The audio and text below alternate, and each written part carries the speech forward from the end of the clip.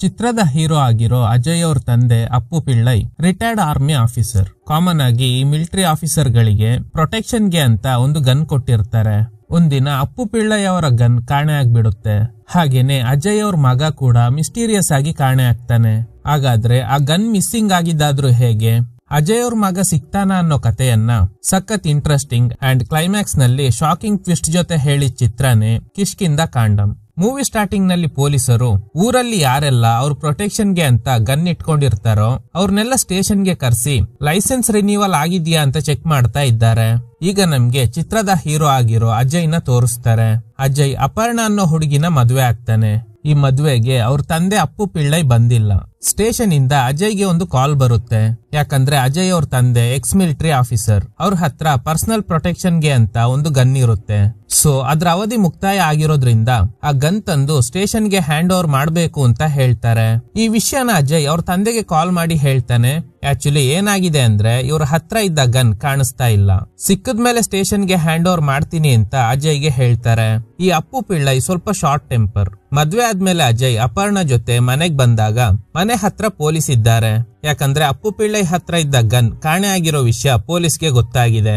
So ಅದಕ್ಕೆ casual enquiry ನಡೀತಾ ಇದೆ. ಹೇಗ್ ಕಾಣೆ ಆಯ್ತು, ಯಾರಾದ್ರೂ ಅದನ್ನ ಮಿಸ್ಯೂಸ್ ಮಾಡಿದ್ರೆ ನಿಮ್ಗೆ ತೊಂದರೆ ಆಗುತ್ತೆ ಅಂತೆಲ್ಲ ಹೇಳ್ತಾ ಇದ್ದಾರೆ. ಸೊ ಈಗ ಅಜಯ್ ಕೂಡ ಫಾರೆಸ್ಟ್ ಡಿಪಾರ್ಟ್ಮೆಂಟ್ ಅಲ್ಲೇ ಕೆಲಸ ಮಾಡ್ತಾ ಇರೋದ್ರಿಂದ ಈ ಗನ್ ಮಿಸ್ಸಿಂಗ್ ಕೇಸ್ ನಲ್ಲಿ ಅದನ್ನ ಸರ್ಚ್ ಮಾಡೋದಕ್ಕೆ ನೀವು ಕೂಡ ಹೆಲ್ಪ್ ಮಾಡ್ಬೇಕು ಅಂತ ಪೊಲೀಸರು ಹೇಳ್ತಾರೆ. ಅಜಯ್ ಹಾಗೂ ಅಪರ್ಣ ಹ್ಯಾಪಿಯಾಗಿನೇ ಲೈಫ್ ಲೀಡ್ ಮಾಡ್ತಾ ಇದ್ದಾರೆ. ಆದ್ರೆ ಅಪ್ಪು ಪಿಳ್ಳೈ ಅಪರ್ಣ ಜೊತೆ ಯಾವಾಗ್ಲೂ ಸ್ವಲ್ಪ ರಫ್ ಆಗಿನೇ ನಡ್ಕೋತಾ ಇರ್ತಾರೆ. ಅಪ್ಪ ಸ್ವಲ್ಪ ಹಾಗೇನೆ ಸ್ವಲ್ಪ ಅಡ್ಜಸ್ಟ್ ಮಾಡ್ಕೋ ಅಂತ ಅಪರ್ಣಗೆ ಹೇಳ್ತಾನೆ. ಬೆಳಗ್ಗೆ ಮರದ ಮೇಲೆ ರೇಡಿಯೋ ಇರೋದನ್ನ ನೋಡಿ ಅಪರ್ಣ ಅದ್ರ ಬಗ್ಗೆ ಕೇಳ್ತಾಳೆ. ಅದಕ್ಕೆ ಅಜಯ್ ಹೇಳ್ತಾನೆ, ಇಲ್ಲಿ ಮಂಗಗಳ ಕಾಟ ಜಾಸ್ತಿ. ಆ ಮಂಗಗಳೇ ಆ ರೇಡಿಯೋನ ಅಲ್ಲಿ ಇಟ್ಟಿರೋದು. ಚಚ್ಚುಗೆ ಮಂಗಗಳನ್ನ ಕಂಡ್ರೆ ಆಗ್ತಾನೆ ಇರ್ಲಿಲ್ಲ ಅಂತ. ಸೊ ಈಗ ಇನ್ನೊಂದು ವಿಷಯ ರಿವೀಲ್ ಆಗುತ್ತೆ. ಅದೇನಂದ್ರೆ ಚಚ್ಚು ಅನ್ನೋದು ಅಜಯ್ ಅವರ ಮೊದಲನೇ ಹೆಂಡತಿಯ ಮಗ. ಫಸ್ಟ್ ವೈಫ್ ನ ಹೆಸರು ಪ್ರವೀಣ. ಅವರು ತೀರ್ ಹೋಗಿರ್ತಾರೆ. ಮಗ ಚಚ್ಚು ಮಿಸ್ಟೀರಿಯಸ್ ಆಗಿ ಕಾಣೆ ಆಗಿದ್ದಾನೆ. ಹೇಗೆ ಅನ್ನೋದು ಮುಂದೆ ಗೊತ್ತಾಗುತ್ತೆ. ಅಂದ್ರೆ ಅಪರ್ಣ ಅಜಯ್ಗೆ ಎರಡನೇ ವೈಫ್. ಈಗ ಅಪರ್ಣ ಹೇಳ್ತಾಳೆ, ಆ ಗನ್ ಮಿಸ್ಸಿಂಗ್ ಆಗಿದೆ ಅಲ್ವಾ, ಶಾರ್ಟ್ ಗನ್ ಆಗಿರೋದ್ರಿಂದ ಮಂಗಗಳೇ ಎತ್ಕೊಂಡು ಹೋಗಿರ್ಬೋದು ಅಂತ. ಅದಕ್ಕೆ ಅಜಯ್ ಹೇಳ್ತಾನೆ, ಕರೆಕ್ಟ್. ಅದಕ್ಕೆ ನಮ್ ತಂದೆ ವರ್ಕರ್ಸ್ ಗೆ ಹೇಳಿ ಇಲ್ಲಿರೋ ಮರಗಳನ್ನ ಹತ್ತಿ ಚೆಕ್ ಮಾಡೋದಕ್ಕೆ ಹೇಳಿದ್ದಾರೆ ಅಂತ. ಈಗ ವರ್ಕರ್ಸ್ ಮರ ಹತ್ತಿ ಚೆಕ್ ಮಾಡ್ತಾ ಇದ್ದಾರೆ. ಆದ್ರೆ ಗನ್ ಸಿಗೋದಿಲ್ಲ. ಅಪ್ಪು ಪಿಳ್ಳೈ ಪದೇ ಪದೇ ಸುಮದತ್ತನ್ ಅನ್ನೋ ವ್ಯಕ್ತಿನ ಮೀಟ್ ಆಗ್ತಾ ಇರ್ತಾರೆ. ಚಚ್ಚು ಕಾಣೆ ಆಗಿರೋದ್ರಿಂದ ಅವನ್ನ ಹುಡ್ಕೋದಕ್ಕೆ ಕೆಲವೊಂದು ನ್ಯೂಸ್ ಚಾನೆಲ್ ಹತ್ರ ಹೆಲ್ಪ್ ಕೇಳಿರ್ತಾರೆ. ಅಜಯ್ಗೆ ಆಲ್ರೆಡಿ ಮದ್ವೆ ಆಗಿ ಫಸ್ಟ್ ವೈಫ್ ತೀರ್ ಹೋಗಿರೋ ವಿಷಯ ಎಲ್ಲ ಗೊತ್ತಾದ್ಮೇಲೆನೆ ಅಪರ್ಣ ಅಜಯ್ನ ಮದ್ವೆ ಆಗಿರ್ತಾಳೆ. ಅಜಯ್ ನ್ಯೂಸ್ ಚಾನೆಲ್ ಅವರಿಗೆ ಡೀಟೇಲ್ಸ್ ಕೊಡ್ತಾ ಇದ್ದಾನೆ. ಚಚ್ಚು ಮಿಸ್ ಆಗಿರೋದು 3 years ಬ್ಯಾಕ್, ಅಂದ್ರೆ ಮಾರ್ಚ್ 20, 2021.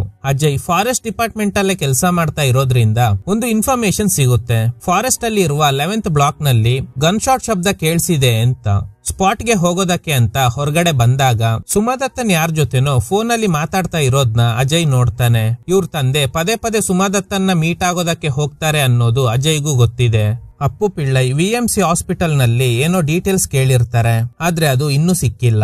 ಅದಕ್ಕೆ ಹಾಸ್ಪಿಟಲ್ ಸ್ಟಾಫ್ ಜೊತೆ ಗಲಾಟೆ ಮಾಡ್ತಾ ಇದ್ದಾರೆ. ಈ ಕಡೆ ಗನ್ ಶಾಟ್ ಶಬ್ದ ಕೇಳಿಸಿದ ಸ್ಪಾಟ್ ಗೆ ಹೋಗಿ ಚೆಕ್ ಮಾಡ್ತಾರೆ.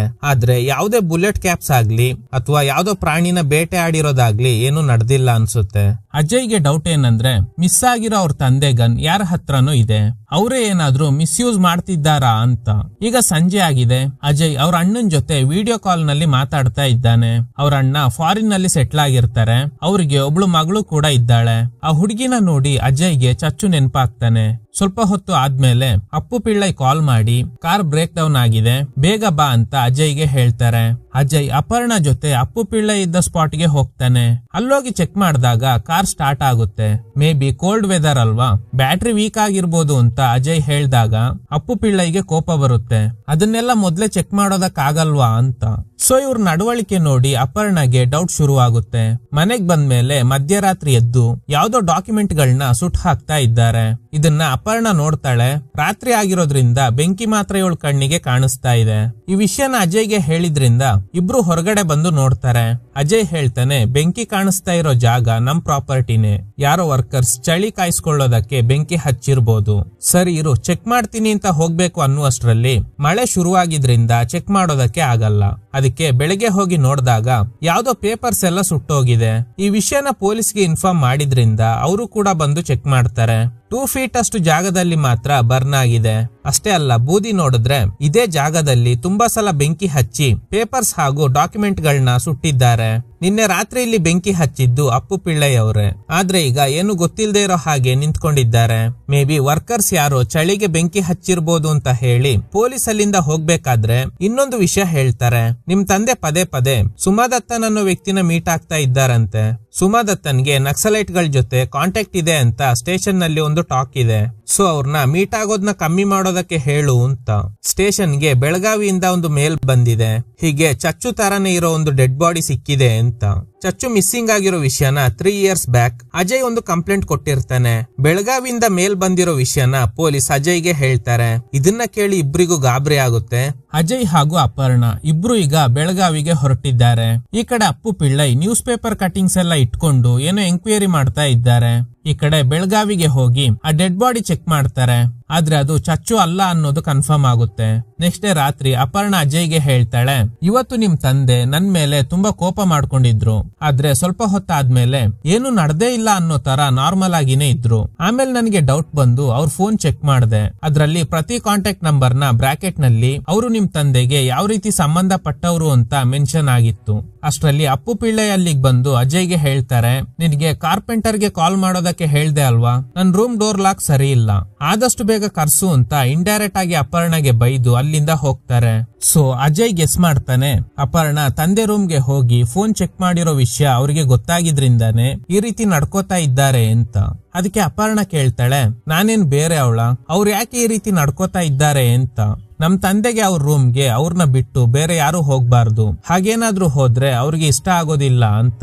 ಅಪರ್ಣ ಅಪ್ಪು ಪಿಳ್ಳೈ ಬಗ್ಗೆ ಮತ್ತಷ್ಟು ವಿಷಯಗಳನ್ನ ಹೇಳ್ತಾಳೆ. ನಿಮ್ ತಂದೆ ರೂಮ್ ನಲ್ಲಿ ಈ ಟ್ಯಾಬ್ಲೆಟ್ ಸಿಕ್ತು, ಇದು ಆಂಟಿ ಡಿಪ್ರೆಷನ್ ಇರೋರಿಗೆ ಕೊಡೋ ಟ್ಯಾಬ್ಲೆಟ್ ತರ ಇದೆ. ಗೂಗಲ್ ಮಾಡಿದಾಗ ನ್ಯೂರೋ ಪೇಷಂಟ್ ಗೆ ಈ ಟ್ಯಾಬ್ಲೆಟ್ ನ ಕೊಡ್ತಾರೆ ಅನ್ನೋದು ಗೊತ್ತಾಯ್ತು. ಅಷ್ಟೇ ಅಲ್ಲ, ನಿಮ್ ತಂದೆ ಅವ್ರ ಫ್ರೆಂಡ್ಸ್ ಜೊತೆ ಸ್ವಲ್ಪ ವಿಯರ್ಡ್ ಆಗಿನೇ ನಡ್ಕೋತಾರೆ. ಆ ದಿನ ಅವ್ರ ಆರ್ಮಿ ಫ್ರೆಂಡ್ ಬಂದಾಗ ನಿಮ್ ತಂದೆ ಮುಖದಲ್ಲಿ ಏನೋ ಒಂಥರ ಗಾಬರಿ. ಕೈಯಲ್ಲಿ ನೋಟ್ ಪ್ಯಾಡ್ ಇಟ್ಕೊಂಡು ಅದ್ರಲ್ಲಿ ಬರ್ದಿರೋದ್ನ ನೋಡಿನೇ ಅವ್ರ ಫ್ರೆಂಡ್ ಹತ್ರ ಪ್ರಶ್ನೆಗಳನ್ನ ಕೇಳ್ತಾ ಇದ್ರು. ಅಂಡ್ ಆ ದಿನ ಕಾರ್ ಸ್ಟಾರ್ಟ್ ಆಗ್ತಿಲ್ಲ ಅಂತ ಕರ್ದಿದ್ರು, ನೆನ್ಪಿದ್ಯಾ? ನನ್ಗೆ ಅದ್ರಲ್ಲೂ ಡೌಟ್ ಇದೆ. ಮನೆಗೆ ಹೋಗೋ ದಾರಿ ಮರ್ತು ಹೋಗಿದ್ರಿಂದಾನೆ ಕಾರ್ ಬ್ರೇಕ್ ಡೌನ್ ಆಗಿದೆ ಅಂತ ಸುಳ್ಳು ಹೇಳಿ ನಮ್ನ ಅಲ್ಲಿಗೆ ಕರ್ಸ್ಕೊಂಡಿದ್ದಾರೆ ಅನ್ಸುತ್ತೆ ಅಂತ. ಅದಕ್ಕೆ ಅಜಯ್ ಹೇಳ್ತಾನೆ, ನಮ್ ತಂದೆಗೆ ಸ್ವಲ್ಪ ಮೆಮೊರಿ ಇಶ್ಯೂ ಇದೆ. ಇದನ್ನ ಫಸ್ಟ್ ನೋಟಿಸ್ ಮಾಡಿದ್ದು ನನ್ ಮಗ ಚಚ್ಚು. ತಂದೆ ಐರನ್ ಬಾಕ್ಸ್ ನ ಬಟ್ಟೆ ಮೇಲಿಟ್ಟು ಅದು ನೆನ್ಪಿಲ್ದೆ ಫ್ಯಾನ್ ರಿಪೇರಿ ಮಾಡ್ತಿದ್ರು. ಇದನ್ನ ಫಸ್ಟ್ ಚಚ್ಚುನೆ ಕಂಡು ಹಿಡ್ದ. ಇದ್ರ ಬಗ್ಗೆ ನಮ್ ತಂದೆ ಹತ್ರ ಮಾತಾಡಿ ಡಾಕ್ಟರ್ ನ ಕನ್ಸಲ್ಟ್ ಮಾಡೋಣ ಅಂತ ಹೇಳಿದ್ವಿ. ಆದ್ರೆ ಅವರು ಒಪ್ಪಿಲ್ಲ. ಒಂದಿನ ಅವ್ರ ಜೊತೆ ಆರ್ಮಿನಲ್ಲಿ ವರ್ಕ್ ಮಾಡಿದ್ದ ಜೇಕಬ್ ಅನ್ನೋ ವ್ಯಕ್ತಿ ಬಂದಿದ್ರು. ಅವ್ರಿಗೂ ತಂದೆ ನಡವಳಿಕೆ ನೋಡಿ ಸ್ವಲ್ಪ ಡೌಟ್ ಬಂದಿತ್ತು. ಆಗ ಜೇಕಬ್ ನಮ್ಗೆ ಕೆಲವು ವಿಷಯಗಳನ್ನ ಹೇಳಿದ್ರು. ಅದೇನಂದ್ರೆ, ನಿಮ್ ತಂದೆ ಯಾರಿಗೂ ಗೊತ್ತಿಲ್ಲದೆ ಏನೋ ಪ್ಲಾನ್ ಮಾಡ್ತಾ ಇದ್ದಾರೆ. ಅವರಿಗೆ ಈ ಮೆಮೊರಿ ಇಶ್ಯೂ ಇರೋ ವಿಷಯ ಯಾರಿಗೂ ಗೊತ್ತಾಗದೇ ಇರೋ ಹಾಗೆ ಮ್ಯಾನೇಜ್ ಮಾಡ್ತಾ ಇದ್ದಾರೆ. ನೀವೆಲ್ಲ ಅವರು ಆರ್ಮಿಯಿಂದ ರಿಟೈರ್ಡ್ ಆಗಿ ಬಂದಿರೋದಾಗಿ ಅನ್ಕೊಂಡಿದ್ದೀರಾ. ಆಕ್ಚುಲಿ ಅವ್ರನ್ನ ಆರ್ಮಿ ಸರ್ವಿಸ್ ಇಂದ ಫೈರ್ಡ್ ಮಾಡಿದ್ರು. ಯಾಕಂದ್ರೆ ಸರ್ವಿಸ್ ಪಿಸ್ತೂಲ್ ನ ನೆನ್ಪಿಲ್ದೆ ವಾಷಿಂಗ್ ಮಿಷಿನ್ ಒಳಗಡೆ ಹಾಕಿದ್ರಿಂದ. ಅವ್ರ ಸರ್ವಿಸ್ ಹಿಸ್ಟ್ರಿ ಚೆನ್ನಾಗಿತ್ತು. ಇನ್ನು ಈ ವಿಷಯ ಹೊರಗಡೆ ಗೊತ್ತಾದ್ರೆ ಫೋರ್ಸ್ಗೆ ಇರೋ ರೆಪ್ಯುಟೇಷನ್ ಹಾಳಾಗುತ್ತೆ. ಅದಕ್ಕೆ ಈ ವಿಷಯನ ಹೈಡ್ ಮಾಡಿರೋದಾಗಿ ಜೇಕಬ್ ಹೇಳಿದ್ರು. ನಮ್ ತಂದೆ ಆರ್ಮಿಯಿಂದ ಬಂದು 16 ವರ್ಷ ಆಗಿದೆ. ಅವ್ರಿಗೆ ಇರೋ ಮೆಮೊರಿ ಇಶ್ಯೂ ಬೇರೆ ಯಾರಿಗೂ ಗೊತ್ತಾಗಬಾರ್ದು ಅಂತ ಹೇಗೋ ಮ್ಯಾನೇಜ್ ಮಾಡ್ತಾ ಇದ್ದಾರೆ. ನೆಕ್ಸ್ಟ್ ಅಪರ್ಣ ಒಂದು ರೆಕಾರ್ಡೆಡ್ ವಿಡಿಯೋ ನೋಡ್ತಾ ಇದ್ದಾಳೆ. ಅದರಲ್ಲಿ ಅಜಯ್ ಹಾಗೂ ಅವ್ರ ಫಸ್ಟ್ ವೈಫ್ ಪ್ರವೀಣ ಅಂಡ್ ಚಚ್ಚು ಕೂಡ ಇದ್ದಾನೆ. ಆ ವಿಡಿಯೋ ನೋಡಿ ಅಪರ್ಣ ಅಜಯ್ನ ಕೇಳ್ತಾಳೆ, ಚಚ್ಚು ಜೊತೆ ನಿಮ್ ತಂದೆ ಹೇಗಿದ್ರು ಅಂತ. ಅದಕ್ಕೆ ಅಜಯ್ ಹೇಳ್ತಾನೆ, ನನ್ ವೈಫ್ ಪ್ರವೀಣಾಗೆ ಕ್ಯಾನ್ಸರ್ ಇದ್ದಿದ್ರಿಂದ ಟ್ರೀಟ್ಮೆಂಟ್ ಗೆ ಅಂತ ಹೊರಗಡೆ ಹೋಗಿದ್ವಿ. ಇಲ್ಲಿ ಮನೆಯಲ್ಲಿ ತಂದೆ ಜೊತೆ ಚಚ್ಚು ಮಾತ್ರ ಇದ್ದ ಅಂತ. ಇದನ್ನ ಕೇಳಿ ಅಪರ್ಣ, ನಿಮ್ ತಂದೆಗೆ ಮೆಮೊರಿ ಲಾಸ್ ಕಾಯಿಲೆ ಇರೋದ್ರಿಂದ ಚಚ್ಚು ಕಾಣೆ ಆಗಿರೋ ವಿಷಯ ಅವ್ರಿಗೆ ಗೊತ್ತಾಗಿರ್ಬೋದು. ಆದ್ರೆ ಈಗ ಅವರಿಗೆ ನೆನ್ಪಿಲ್ದೇ ಇರೋ ಸಾಧ್ಯತೆ ಕೂಡ ಇದೆ. ನೀವು ಹೇಳಿದ ಪ್ರಕಾರ ನೋಡೋದಾದ್ರೆ ಪ್ರವೀಣ್ ಅವ್ರಿಗೆ ಟ್ರೀಟ್ಮೆಂಟ್ ಕೊಡ್ಸಿ ರಿಟರ್ನ್ ಬರುವಾಗ್ಲೇ ಚಚ್ಚು ಮಿಸ್ಸಿಂಗ್ ಆಗಿರೋ ವಿಷಯ ನಿಮ್ಗೆ ಗೊತ್ತಾಗಿದೆ. ಅಂದ್ರೆ ಮನೇಲಿ ಇದ್ದಿದ್ದು ನಿಮ್ ತಂದೆ ಹಾಗೂ ಚಚ್ಚು ಮಾತ್ರ. ಸೊ ಈಗ ಅಜಯ್ಗೂ ಇವಳು ಹೇಳ್ತಿರೋದ್ರಲ್ಲಿ ಪಾಯಿಂಟ್ ಇದೆ ಅಂತ ಅನ್ನಿಸ್ತಾ ಇದೆ. ಅಷ್ಟರಲ್ಲಿ ಪೊಲೀಸ್ಗೆ ಏನು ಇನ್ಫಾರ್ಮೇಶನ್ ಸಿಕ್ಕಿದ್ರಿಂದ ಕಾಡ್ನಲ್ಲಿ ಚೆಕ್ ಮಾಡೋದಕ್ಕೆ ಹೋಗ್ತಾರೆ. ವಿಷಯ ಏನಂದ್ರೆ ಜೋಯ್ ಅನ್ನೋ ವ್ಯಕ್ತಿಗೆ ಸೇರಿದ್ದ ಜಾಗದಲ್ಲಿ ಕೆಲಸ ಮಾಡ್ತಿದ್ದವ್ರಿಗೆ ಒಂದು ಸ್ಕೆಲಿಟನ್ ಸಿಕ್ಕಿದೆ. ಜೋಯ್ಗೆ ಈ ಜಾಗ ಮಾರಿದ್ದೆ ಅಪ್ಪು ಪಿಳ್ಳೈ. ಅಂದ್ರೆ ಫಸ್ಟ್ ಇದು ಅವ್ರಿಗೇನೆ ಸೇರಿದ್ದ ಪ್ರಾಪರ್ಟಿ ಆಗಿತ್ತು. ವಿಷಯ ಗೊತ್ತಾಗಿದ್ರಿಂದ ಅಜಯ್ ಹಾಗೂ ಅಪರ್ಣ ಕೂಡ ಸ್ಪಾಟ್ಗೆ ಬರ್ತಾರೆ. ಇವ್ರಿಗ್ ಭಯ ಏನಂದ್ರೆ ಮೇ ಬಿ ಆ ಸ್ಕೆಲಿಟನ್ ಚಚ್ಚುದೇ ಆಗಿರ್ಬೋದಾ ಅಂತ. ಇದ್ರ ಬಗ್ಗೆ ಪೊಲೀಸ್ ಹತ್ರ ಕೇಳಿದಾಗ ಫಾರೆನ್ಸಿಕ್ ಟೀಮ್ ಬಂದ್ರೆ ಮಾತ್ರ ಏನ್ ವಿಷಯ ಅನ್ನೋದು ಗೊತ್ತಾಗುತ್ತೆ ಅಂತ ಹೇಳ್ತಾರೆ.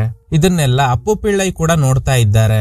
ಯಾಕಂದ್ರೆ ಈ ಸ್ಕೆಲಿಟನ್ ಸಿಕ್ಕಿರೋ ಜಾಗ ಇವ್ರ ಮನೆಯಿಂದ ಸ್ವಲ್ಪ ದೂರದಲ್ಲೇ ಇದೆ. ಸ್ಪಾಟ್ಗೆ ಬಂದು ಚೆಕ್ ಮಾಡಿದ್ದ ಫಾರೆನ್ಸಿಕ್ ಟೀಮ್ ಅವರು ಹೇಳ್ತಾರೆ ಇದು ಮನುಷ್ಯನ್ ಸ್ಕೆಲಿಟನ್ ಅಲ್ಲ, ಮಂಗಂದು. ಯಾರೋ ಸಾಯಿಸಿ ಹೂತಾಕಿದ್ದಾರೆ ಅನ್ನೋದು ಕನ್ಫರ್ಮ್ ಆಗುತ್ತೆ. ಈವ್ನಿಂಗ್ ಒಬ್ರು ಆಫೀಸರ್ ಅಜಯ್ನ ಮೀಟ್ ಆಗಿ ಹೇಳ್ತಾರೆ ಆ ಸ್ಕೆಲಿಟನ್ ಮಂಗಂದು. ಈ ಕೇಸ್ ನಲ್ಲಿ ಪೊಲೀಸ್ನವರು ಇನ್ವಾಲ್ವ್ ಆಗ್ತಾರೆ. ಆರ್ಮ್ಸ್ ಆಕ್ಟ್ ಅಂಡರ್ ನಲ್ಲೇ ಈ ಕೇಸ್ ರಿಜಿಸ್ಟರ್ ಆಗಿದೆ. ನಿಮ್ ತಂದೆ ಹತ್ರ ಇದ್ದ ಗನ್ ಮಿಸ್ಸಿಂಗ್ ಆಗೋದಕ್ಕೂ ಈಗ ಸಿಕ್ಕಿರೋ ಸ್ಕೆಲಿಟನ್ಗೂ ಏನೋ ಲಿಂಕ್ ಇರ್ಬೋದು. ಯಾಕಂದ್ರೆ ಆ ಮಂಗ ಸಾಯೋಕೆ ಕಾರಣ ಅಂದ್ರೆ ಕಾಸ್ ಆಫ್ ಡೆತ್ ಬುಲೆಟ್ ಇಂಜುರಿ ಅನ್ನೋದು ಗೊತ್ತಾಗಿದೆ. ಈ ವಿಷಯನ ಅಪರ್ಣಗೂ ಹೇಳ್ತಾನೆ. ನಮ್ ತಂದೆ ಜೋಯ್ ಅವರಿಗೆ ಆ ಜಾಗ ಮಾರಿದ್ದು 2 years ಬ್ಯಾಕ್. ಆದ್ರೆ ಈಗ ಸಿಕ್ಕಿರೋ ಸ್ಕೆಲಿಟನ್ 3 years ಹಳೇದು ಅಂತ ಹೇಳ್ತಾ ಇದ್ದಾರೆ. ಹೀಗೆ ಮಾತಾಡ್ತಾ ಇರುವಾಗ್ಲೇ ಇದನ್ನೆಲ್ಲ ಅಪ್ಪು ಪಿಳ್ಳೈ ಕೇಳಿಸ್ಕೊತಾ ಇದ್ದಾರೆ ಅನ್ನೋದು ಅವ್ರ ಶ್ಯಾಡೋ ಇಂದ ಇಬ್ರಿಗೂ ಗೊತ್ತಾಗುತ್ತೆ. ಈ ಕಡೆ ಪೊಲೀಸರು ಡಿಸ್ಕಸ್ ಮಾಡ್ತಾ ಇದ್ದಾರೆ. ಆ ಮಂಗನ್ ಸಾವಿಗೆ ಕಾರಣ ಆಗಿರೋ ಬುಲೆಟ್ ನ ಸೈಜ್ ಅಪ್ಪು ಪಿಳ್ಳೈ ಯೂಸ್ ಮಾಡ್ತಿದ್ದ ಗನ್ಗೆ ಯೂಸ್ ಮಾಡೋ ಬುಲೆಟ್ ಸೈಜ್ ಕೂಡ ಸೇಮ್ ಅಂತ. ಕಟ್ ಮಾಡಿದ್ರೆ ಅಜಯ್ ಕಾರಲ್ಲಿ ಬರ್ತಾ ಇರುವಾಗ ಅಪ್ಪು ಪಿಳ್ಳೈ ಸುಮಾದತ್ತನ್ ಜೊತೆ ಮಾತಾಡ್ತಾ ಇರೋದ್ನ ಅಬ್ಸರ್ವ್ ಮಾಡ್ತಾನೆ. Next day Appu Pillai VMC hospital ನಲ್ಲಿ ಏನು ಇನ್ಫಾರ್ಮೇಶನ್ ಕೇಳಿದ್ರು ಅಲ್ವಾ, ಆ ರಿಪೋರ್ಟ್ ಸಿಗುತ್ತೆ. ಅದನ್ನ ತಗೊಂಡು ಮನೆಗೆ ಬರ್ತಾ ಇರುವಾಗ ಮನೆಗೆ ಹೋಗೋ ದಾರಿನೇ ಮರ್ತು ಹೋಗುತ್ತೆ. ಆಕ್ಚುಲಿ ಆ ದಿನ ಅಪರ್ಣ ಗೆಸ್ ಮಾಡಿದ್ದು ನಿಜ. ಕೊನೆಗೆ ಒಂದು ಬಸ್ ಬರ್ತಿರೋದ್ನ ನೋಡ್ತಾರೆ. ಅದ್ರಲ್ಲಿರೋ ಬೋರ್ಡ್ ನೋಡಿ ಕನ್ಫರ್ಮ್ ಆಗುತ್ತೆ ಆ ಬಸ್ ಇವ್ರ ಮನೆ ಇರೋ ರೂಟ್ ನಲ್ಲೇ ಹೋಗ್ತಿದೆ ಅಂತ. ಅದಕ್ಕೆ ಆ ಬಸ್ ನ ಫಾಲೋ ಮಾಡ್ತಾರೆ. ಫಾರೆಸ್ಟ್ ಗೆ ಟ್ರಕ್ಕಿಂಗ್ ಹೋದವರು ತೆಗ್ದಿದ್ದ ಫೋಟೋನಲ್ಲಿ ಒಂದು ಮಂಗ ಗನ್ ಹಿಡ್ಕೊಂಡಿರೋದು ಗೊತ್ತಾಗುತ್ತೆ. ಮೇ ಬಿ ಇದು ಅಪ್ಪು ಪಿಳ್ಳೈ ಅವ್ರ ಗನ್ ಆಗಿರ್ಬೋದು ಅಂತ ಫಾರೆಸ್ಟ್ ಡಿಪಾರ್ಟ್ಮೆಂಟ್ ಅವ್ರಿಗೆ ಡೌಟ್ ಶುರುವಾಗುತ್ತೆ. ಸೊ ಈಗ ಗನ್ ಮಂಗನ್ ಕೈಯಲ್ಲಿ ಇರೋದ್ರಿಂದ ಅದು ಪಬ್ಲಿಕ್ ಗೆ ಥ್ರೆಟ್. ಸೊ ಅದಕ್ಕೆ ಫಾರೆಸ್ಟ್ ಗೆ ಯಾರು ಟ್ರಕ್ಕಿಂಗ್ ಬರಬಾರ್ದು ಅಂತ ಅನೌನ್ಸ್ಮೆಂಟ್ ಮಾಡ್ತಾರೆ. ಅಪ್ಪು ಪಿಳ್ಳೈನ ಕರ್ಸಿ ಆ ಫೋಟೋ ತೋರಿಸಿದಾಗ ಅದು ನಂದೇ ಗನ್ ಅಂತ ಹೇಳ್ತಾರೆ. ಅಪರ್ಣ ಹಾಗೂ ಅಜಯ್ಗೂ ಗಾಬರಿ ಆಗ್ತಿದೆ. ಆ ಗನ್ನಿಂದ ಯಾರಿಗಾದ್ರೂ ತೊಂದ್ರೆ ಆದ್ರೆ ಅದು ತಂದೆ ತಲೆ ಮೇಲೆನೆ ಬರುತ್ತೆ ಅಂತ. ಕಟ್ ಮಾಡಿದ್ರೆ ನೆಕ್ಸ್ಟ್ ಡೇ ಅಪ್ಪು ಪಿಳ್ಳೈ ಮತ್ತೆ ಪೇಪರ್ಸ್ ನ ಸುಟ್ಟು ಹಾಕ್ತಾ ಇದ್ದಾರೆ. ಇದನ್ನ ಅಪರ್ಣ ಕೂಡ ನೋಟ್ ಮಾಡ್ತಾಳೆ. ಸೊ ಇವಳಿಗೆ ಅವ್ರ ಮೇಲೆ ಡೌಟ್ ಜಾಸ್ತಿ ಆಗುತ್ತೆ. ಅವ್ರು ಹೋದ್ಮೇಲೆ ಅಪರ್ಣ ಬೆಂಕಿ ಹಾರಿಸೋದಕ್ಕೆ ಟ್ರೈ ಮಾಡ್ತಾಳೆ. ಇದನ್ನ ಅಪ್ಪು ಪಿಳ್ಳೈ ನೋಡಿದ್ರಿಂದ ಕೋಪ ಬಂದು ಅವಳನ್ನ ತಳ್ಳಿಬಿಡ್ತಾರೆ. ಅಷ್ಟರಲ್ಲಿ ಸ್ಪಾಟ್ಗೆ ಬಂದ ಅಜಯ್ ಜಗಳ ತಡೆದು ಇಬ್ರಿಗೂ ಸಮಾಧಾನ ಮಾಡ್ತಾನೆ. ಅಷ್ಟರಲ್ಲಿ ಅಪ್ಪು ಪಿಳ್ಳೈಗೆ ಎಲ್ಲ ಮರ್ತು ಹೋಗುತ್ತೆ. ಏನು ನಡ್ದೇ ಇಲ್ಲ ಅನ್ನೋ ತರ ನಡ್ಕೋತಾ ಇದ್ದಾರೆ. ನೆಕ್ಸ್ಟ್ ಡೇ ಫಾರೆಸ್ಟ್ ಡಿಪಾರ್ಟ್ಮೆಂಟ್ ಅವರು ಅಪ್ಪು ಪಿಳ್ಳೈನ ಎಂಕ್ವೈರಿ ಮಾಡ್ತಾರೆ. 3rd week of March 2021 ನಿಮ್ ಪ್ರಾಪರ್ಟಿನಲ್ಲೇ ಒಂದು ಕೋತಿಗೆ ಗುಂಡು ತಗಲಿ ಸತ್ತೋಗಿದೆ. ಫಾರೆನ್ಸಿಕ್ ರಿಪೋರ್ಟ್ ಪ್ರಕಾರ ಆ ಕೋತಿಗೆ ಆಗಿರೋ ಇಂಜುರಿ ನೋಡಿದ್ರೆ ಅದು ನೀವು ಯೂಸ್ ಮಾಡ್ತಿದ್ದ ಬುಲೆಟ್ ಸೈಜ್ಗೆ ಪಕ್ಕ ಮ್ಯಾಚ್ ಆಗಿದೆ ಅಂತ. ಆದ್ರೆ ಅಪ್ಪು ಪಿಳ್ಳೈ ಏನು ಉತ್ತರ ಕೊಡ್ತಾ ಇಲ್ಲ. ಈ ಕಡೆ ಇವರಿಬ್ರು ಸುಮಾದತ್ತನ್ ಅವ್ರನ್ನ ಮೀಟ್ ಆಗಿ ವಿಚಾರಿಸಿದಾಗ ಅವರು ಏನ್ ನಡೀತು ಅಂತ ಹೇಳ್ತಾರೆ. ಆ ದಿನ ಸುಮಾದತ್ತನ್ ಅಪ್ಪು ಪಿಳ್ಳೈನ ಮೀಟ್ ಆಗೋದಕ್ಕೆ ಅಂತ ಅವ್ರ ಮನೆ ಹತ್ರ ಬಂದಾಗ ಅಪ್ಪು ಪಿಳ್ಳೈ ಚಚ್ಚುಗೆ ಹೊಡಿತಾ ಇದ್ರು. ಆಗ ಸುಮಾದತ್ತನ್ ಅವ್ರನ್ನ ತಡೆದು ಏನ್ ವಿಷಯ ಅಂತ ಕೇಳಿದಾಗ ಇವ್ರ ಬಾಕ್ಸ್ ಅಲ್ಲಿದ್ದ ಗನ್ ತಗೊಂಡು ಚಚ್ಚು ಒಂದು ಕೋತಿಗೆ ಶೂಟ್ ಮಾಡಿರ್ತಾನೆ.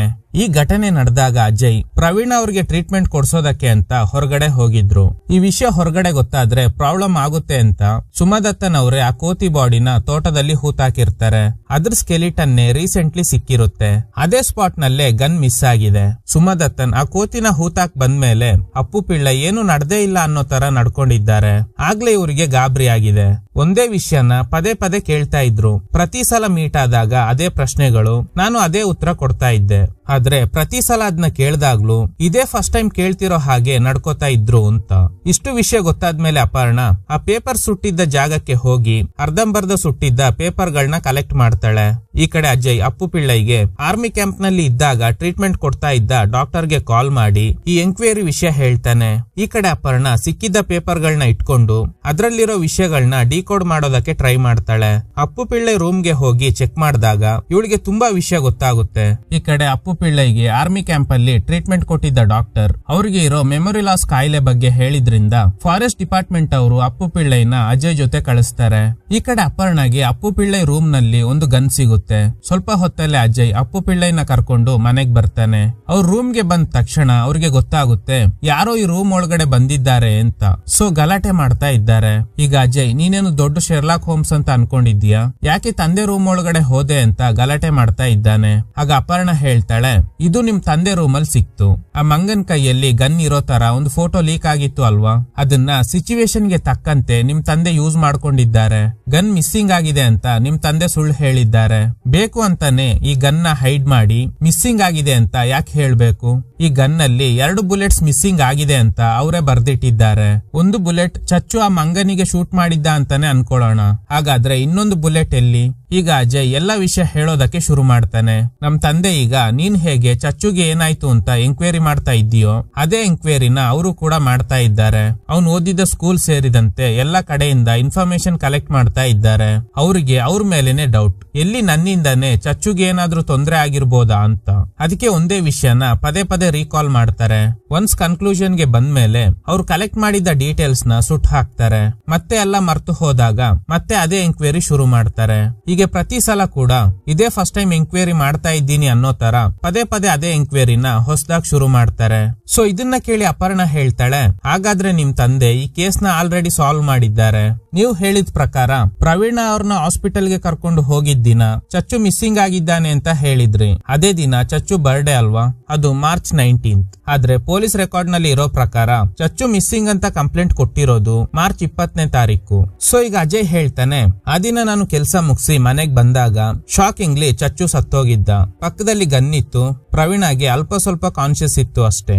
ಗಾಬರಿ ಆಗಿದ್ದ ನಾನು ಏನಾಯ್ತು ಅಂತ ಕೇಳಿದಾಗ ಚಚ್ಚು ನಮ್ ತಂದೆ ರೂಮ್ ಅಲ್ಲಿ ಇದ್ದ ಗನ್ ತಗೊಂಡು ಆಟ ಆಡ್ತಾ ಇರುವಾಗ ಪ್ರವೀಣ ಅದನ್ನ ಕಿತ್ಕೊಳ್ಳೋದಕ್ಕೆ ಟ್ರೈ ಮಾಡಿದ್ದಾಳೆ. ಆಗ ಬೈ ಮಿಸ್ಟೇಕ್ ಆಗಿ ಟ್ರಿಗರ್ ಪ್ರೆಸ್ ಆಗಿ ಬುಲೆಟ್ ಹಾರಿದ್ರಿಂದ ಚಚ್ಚು ಸತ್ತೋದ. ಇದೇ ಟೆನ್ಷನ್ ನಲ್ಲಿ ಪ್ರವೀಣ ಯಾವ್ದೋ ಟ್ಯಾಬ್ಲೆಟ್ ನ ಜಾಸ್ತಿ ನುಂಗಿದ್ರಿಂದ ಅನ್ಕಾನ್ಶಿಯಸ್ ಆಗಿದ್ಲು. ಅದಕ್ಕೆ ಅವಳನ್ನ ಹಾಸ್ಪಿಟಲ್ ಗೆ ಕರ್ಕೊಂಡು ಹೋದೆ. ರಿಟರ್ನ್ ಬಂದು ನೋಡಿದಾಗ ಆ ಡೆಡ್ ಬಾಡಿ ಮನೇಲಿ ಇರ್ಲಿಲ್ಲ. ನಮ್ ತಂದೆನೇ ಆ ಬಾಡಿನ ಹೂತಾಕಿದ್ದಾರೆ ಅನ್ನೋದು ಗೊತ್ತಾಯ್ತು. ಒಂದಿನ ನಮ್ ತಂದೆ ಆ ಪೇಪರ್ಸ್ ನ ಸುಡ್ತಾ ಇರೋದ್ನ ನೋಡಿ ಹತ್ರ ಹೋದಾಗ ಗೊತ್ತಾಯ್ತು ಅವ್ರು ಎಂಕ್ವೈರಿ ಮಾಡಿ ಚಚ್ಚುಗೆ ಏನಾಯ್ತು ಅನ್ನೋದನ್ನ ಕಂಡು ಹಿಡಿದಿದ್ದಾರೆ. ಅಂಡ್ ಅವರೇ ಹೇಳಿದ್ರು ಮಾರ್ಚ್ 19 ಪ್ರವೀಣನ ಹಾಸ್ಪಿಟಲ್ ನಲ್ಲಿ ಸೇರಿಸಿರೋದಾಗಿ ಹಾಸ್ಪಿಟಲ್ ರೆಕಾರ್ಡ್ಸ್ ನಲ್ಲಿ ಇದೆ. ನನ್ ಪಿಸ್ತೂಲ್ ನಲ್ಲಿ 2 ಬುಲೆಟ್ಸ್ ಮಿಸ್ಸಿಂಗ್ ಆಗಿದೆ. ಅದರಲ್ಲಿ ಒಂದು ಬುಲೆಟ್ ಹೇಗೆ ಮಿಸ್ ಆಯ್ತು ಅಂತ ಸುಮದತ್ತನ್ ಹೇಳಿದ್ರಿಂದ ಗೊತ್ತಾಯ್ತು. ಅಂದ್ರೆ ಚಚ್ಚು ಆ ಮಂಗಾಗೆ ಶೂಟ್ ಮಾಡಿರ್ತಾನೆ. ಸೊ ಅದರಿಂದನೇ ಒಂದು ಬುಲೆಟ್ ಮಿಸ್ ಆಗಿದೆ. ಸೊ ಹಾಗಾದ್ರೆ ಸೆಕೆಂಡ್ ಬುಲೆಟ್ ನಿಮ್ಮಿಬ್ರಲ್ಲಿ ಯಾರ್ ಮಿಸ್ಟೇಕ್ ಇಂದ ಚಚ್ಚುಗೆ ಹಾಗಾಯ್ತು ಅಂತ ಗೊತ್ತಿಲ್ಲ. ನಾನ್ ಅದನ್ನ ಕೇಳೋದು ಇಲ್ಲ. ಈ ವಿಷಯ ಪೊಲೀಸ್ಗೆ ಗೊತ್ತಾದ್ರೆ ಮರ್ಡರ್ ಅಂತಾನೆ ಕನ್ಸಿಡರ್ ಆಗುತ್ತೆ. ನಿನ್ನ ಒಬ್ಬ ಅಪರಾಧಿಯಾಗಿ ನೋಡೋದಕ್ಕೆ ನನ್ಗೆ ಇಷ್ಟ ಇಲ್ಲ. ಸೊ ಅದಕ್ಕೆ ನನ್ಗೆ ಗೊತ್ತಿರೋ ವಿಷಯ ಬೇರೆ ಯಾರಿಗೂ ಗೊತ್ತಾಗ್ಬಾರ್ದು ಅಂತ ಇದನ್ನೆಲ್ಲ ಸುಡ್ತಾ ಇದ್ದೀನಿ ಅಂದ್ರು. ಹೀಗೆ ತಂದೆ ಮತ್ತೆ ಮರ್ತು ಹೋದಾಗ ಮತ್ತೆ ಫಸ್ಟ್ ಇಂದ ಎಂಕ್ವೈರಿ ಶುರು ಮಾಡಿ ಸತ್ಯ ಗೊತ್ತಾದಾಗ ಮತ್ತೆ ಅವರು ಕಲೆಕ್ಟ್ ಮಾಡಿದ್ದ ಡೀಟೇಲ್ಸ್ ಗಳನ್ನ ಸುಡೋದಕ್ಕೆ ಶುರು ಮಾಡ್ತಾರೆ. ಚಚ್ಚು ಡೆಡ್ ಬಾಡಿನ ಎಲ್ಲಿ ಹೂತಾಕಿದ್ರು ಅಂತ ಯಾರಿಗೂ ಗೊತ್ತಿಲ್ಲ. ಅದು ಅವ್ರಿಗ್ ಮಾತ್ರ ಗೊತ್ತು. ನಾನು ಇದುವರೆಗೂ ಅದ್ರ ಬಗ್ಗೆ ಕೇಳಿಲ್ಲ. ಕೇಳಿದ್ರೆ ನನಗ್ ಗೊತ್ತು, ಅವ್ರು ಹೇಳೋದಿಲ್ಲ ಅಂತ. ಇದನ್ನೆಲ್ಲ ಕೇಳಿ ಅಪರ್ಣಗೆ ತುಂಬಾ ಬೇಜಾರಾಗುತ್ತೆ. ಅಂಡ್ ಇದ್ರೊಂದಿಗೆ ಈ ಚಿತ್ರ ಎಂಡ್ ಆಗುತ್ತೆ. Okay guys, thanks for watching. ಈ ತರದ ಥ್ರಿಲ್ಲಿಂಗ್ ವಿಡಿಯೋಗಳಿಗಾಗಿ ನಮ್ಮ ಸಿನಿಮಾ ಫ್ಯಾಕ್ಟ್ಸ್ ಚಾನೆಲ್ ನ ತಪ್ಪದೆ ಸಬ್ಸ್ಕ್ರೈಬ್ ಮಾಡಿ. ಪಕ್ಕದಲ್ಲಿರೋ ಬೆಲ್ ಐಕಾನ್ ನ ಪ್ರೆಸ್ ಮಾಡಿ ಆಲ್ ನೋಟಿಫಿಕೇಶನ್ ಗಳನ್ನ ಆನ್ ಮಾಡಿ ಇಟ್ಕೊಳ್ಳಿ.